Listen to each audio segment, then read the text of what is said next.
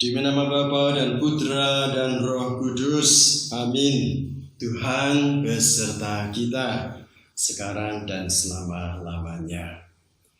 Para pastor, para romo, para suster, para buder, para meditator dan para peminat meditasi Kristiani yang saya kasihi, selamat malam, berkah dalam. Kita ini masih berada dalam lingkaran masa Paskah pekan yang keempat.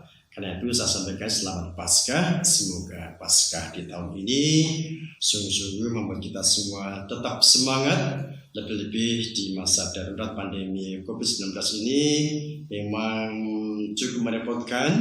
Namun kita semua sebagai orang beriman, sebagai orang Katolik itu tetap bersemangat, berkreatif menghadapi masa-masa pandemi ini, tetap berkreatif, tetap gembira. Perkenalkan, nama saya adalah Romo Antonius Juniwimarto CM. Saya berkarya di Paroki Santo Paulus Bojonegoro. Pada malam ini saya mendapatkan giliran untuk bersama-sama mendampingi Anda sekalian untuk latihan meditasi. Adapun yang akan kita bahas pada malam ini yaitu mengucapkan mantra bagian yang kedua. Adapun caranya ialah saya akan mengajak Anda sekalian untuk membaca kitab suci, merenungkannya dan sekaligus membahas mengenai mantra kedua, dan lalu kita akan meditasi bersama selama 20 menit ke depan.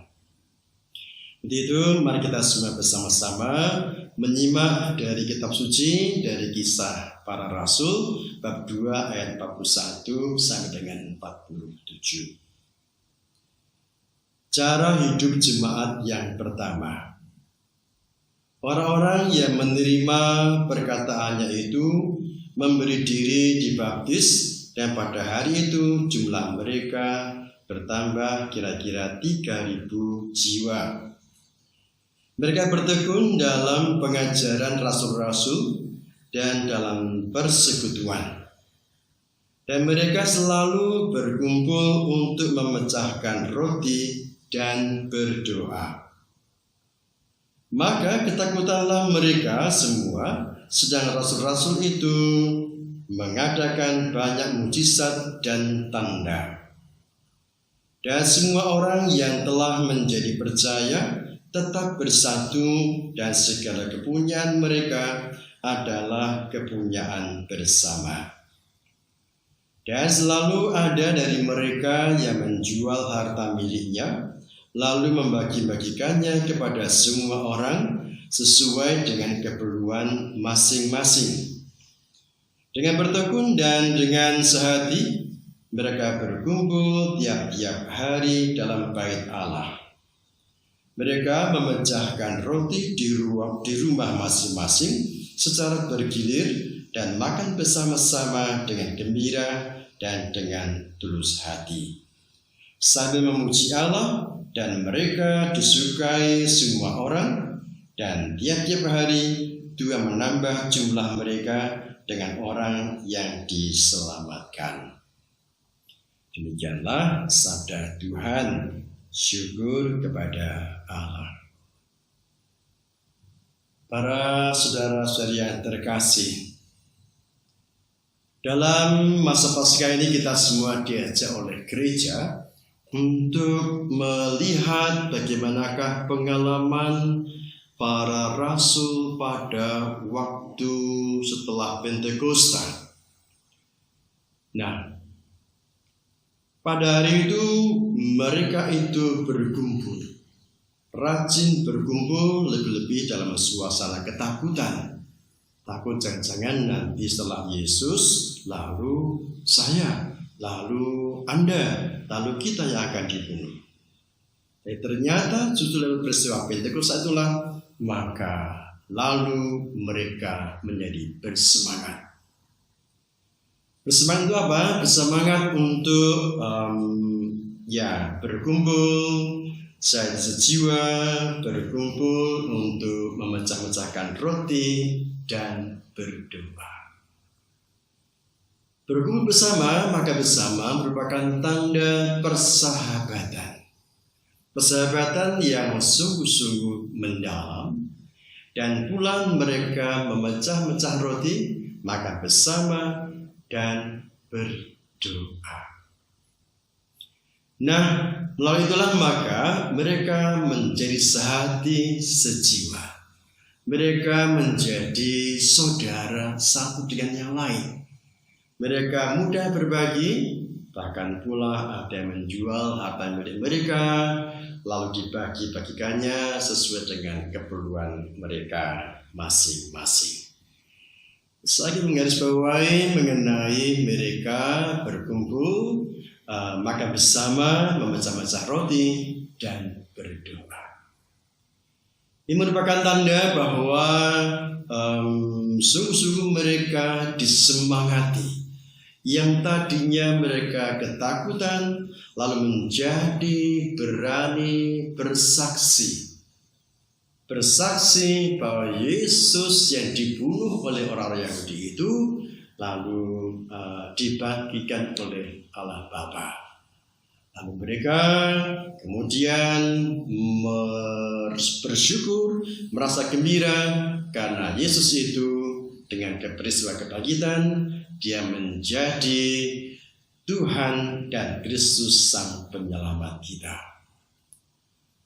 Mereka bersatu, makan bersama, dan berdoa. Nah, berdoa berarti mengadakan suatu relasi secara sadar, tahu dan mau bahwa sungguh-sungguh merasakan Tuhan itu sungguh ada. Tuhan itu sungguh hadir. Tuhan tidak ada di atas jauh di sana, tapi justru hadir, ada di mana-mana, ada di sini, bahkan pula ada dalam lubuk hati kita masing-masing. Nah, para saudara-saudari yang terkasih, sekarang saya mengajak Anda sekalian untuk memahami, memperdalam materi kita di bagian kedua, yaitu mengucapkan mantra bagian kedua. Meditasi Kristiani ini itu sungguh-sungguh menjadi suatu doa batin. Doa yang sederhana tetapi tidak mudah. Maka perlu adanya latihan. Maka pada malam hari ini kita mengadakan latihan untuk mengucapkan mantra doa di bagian kedua. Ya. Nah, saudara-saudara terkasih, dalam meditasi ini kita itu tidak menarget. Nah, ini yang seringkali orang itu maunya menarget segera selesai, segera berhasil. Bahwa dalam waktu singkat pasti akan mendapatkan pengalaman akan Allah. Tapi nyatanya selain itu tidak jarang orang merasa sudah cukup lama. Aku sudah meditasi 1 bulan, 3 bulan, 4 bulan. Sudah cukup jauh perjalanan meditasiku. Lalu orang mudah merasa cukup segini saja. Nah, para meditator yang terkasih, dalam bermeditasi itu ibaratnya kita ini sedang mendaki gunung. Lalu untuk ke sana itu orang perlu mengucapkan mantra. Mantra atau kata doa, kata suci, yaitu kata Maranatha. Ini merupakan mantra yang perlu kita ucapkan, bukan dengan lisan, tapi dengan hati. Yohanes Cassianus, guru doa terkenal di abad keempat, itu mengingatkan bahwa dalam bermeditasi itu ada kecenderungan yang namanya pax perniciosa. Ini perasaan damai dan berbahagia. Pax Pentecosta harus diingat jika kita berpikir bahwa saya sudah berjalan cukup jauh, tidak dapat berjalan lebih jauh lagi, maka cukuplah sampai di sini saja. Pentecosta berarti sesuatu yang bisa merusak bahkan berakibat gagalnya sebuah meditasi. Jadi sebetulnya meditasi adalah sebuah upaya sepenuh hati, semaksimal mungkin. Jadi tidak setengah-setengah. Itulah mengapa dikatakan bahwa meditasi kita ini sederhana tapi gampang-gampang sulit. Maka mengucapkan mantra itu harus selalu diucapkan terus-menerus selama 20 sampai 30 menit tanpa menghiraukan suasana hati kita pada saat itu. Bila kita setia mengucapkan mantra itu, maka kita menggemakannya selama seluruh waktu meditasi.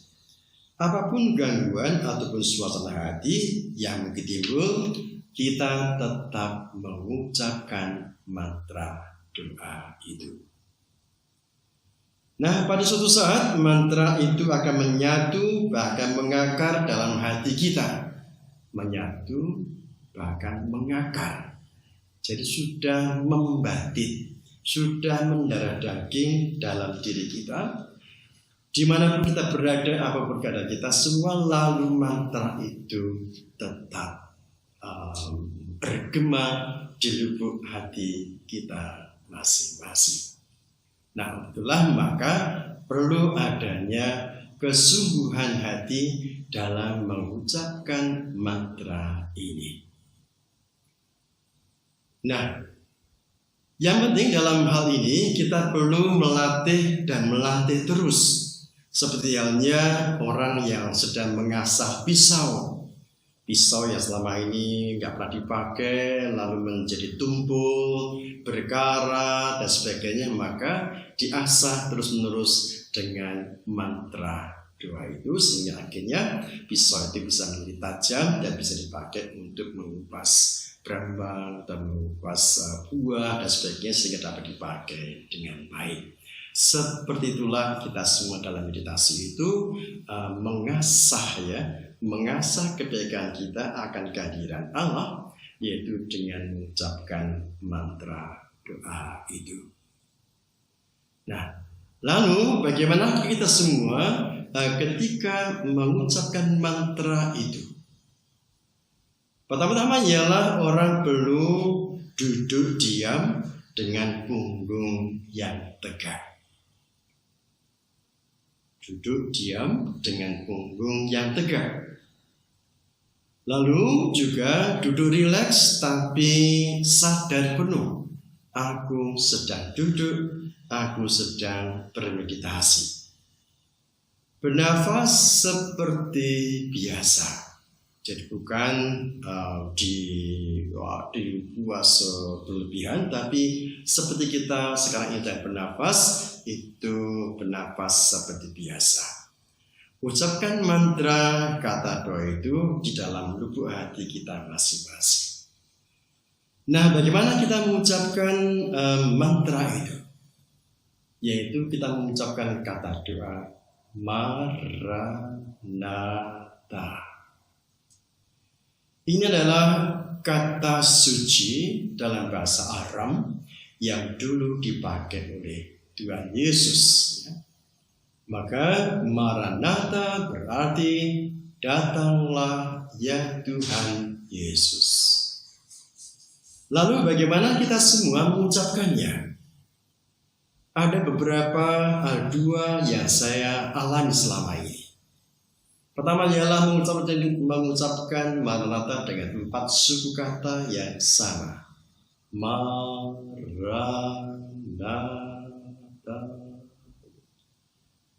Maranatha. Jadi kita bisa menghubungkan demikian. Tarik nafas, hembuskan ra, tarik nafas lagi, na, hembuskan ta, ma, ra, na, ta. Nah, itu bukan diucap dengan mulut, tapi dengan hati. Nah, inilah yang perlu diusahakan. Jadi ketika kita menarik nafas, ya,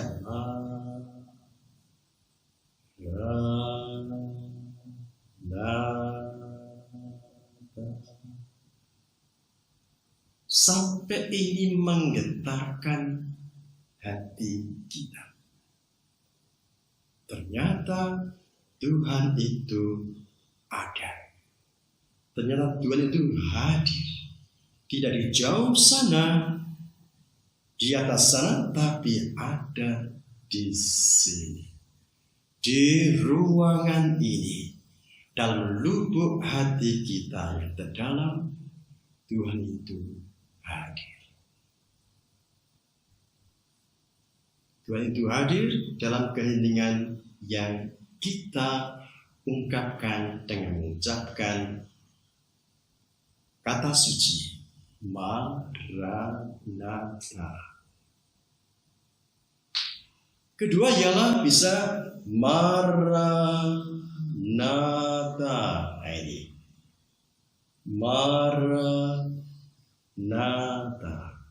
Hirup Maranatha, hembuskan. Itu juga bisa demikian. Yang terpenting ialah kita melibatkan hati kita, merasakan Tuhan itu hadir, ada di sini. Kita jangan cepat merasa puas, manakala nanti ketika mengucapkan tengah-tengah meditasi ini, pikiran kita melayang-layang. Mungkin gatal-gatal di telinga atau di pipi mau garuk, usahakan jangan digaruk. Ditahan dulu. Ya. Atau mungkin kesemutan, lalu mulai kaki digerak-gerakkan, atau mulai gelisah. Begitu pikiran kita melayang, kembali mengucapkan mantra itu tadi, seperti yang saya katakan tadi. Atau begitu perasaan kita mengalami jenuh, kok gak mari-mari, kok belum selesai, tidak, tetap kembali mengucapkan mantra doa itu sampai timer kita berbunyi. Nah, para meditator yang terkasih dalam Tuhan Yesus, kita memang sedang berlatih. Maka ini perlu adanya ketekunan. Perjuangan jangan sampai merasa lelah. Tetaplah berjuang mengasah lubuk hati kita masing-masing sampai merasakan bahwa Allah itu ada di sini. Tanpa mengucapkan doa permohonan, cukuplah merasakan Tuhan hadir di sini. Aku merasa bahwa sungguh Tuhan hadir di sini. Nah, para saudara-saudari yang terkasih, meditasi yang hidup ialah kalau itu juga seperti tadi pengalaman para jemaat perdana, yaitu berkomunitas bersama-sama, duduk bareng, ya, makan bersama, lalu berdoa bersama, bermeditasi bersama. Ini yang akan membantu satu sama lain. Tuhan beserta kita sekarang dan selama-lamanya. Semoga dengan latihan meditasi ini kita semua diberkati oleh Tuhan Allah Maha Kuasa, Bapa dan Putra dan Roh Kudus. Amin. Saudara terkasih, terima kasih atas partisipasinya dalam latihan meditasi ini. Terima kasih Mas Indra, Mas Rio, Mas Tony yang membantu terselenggaranya acara ini. Sekian, terima kasih. Selamat malam, berkah dalam.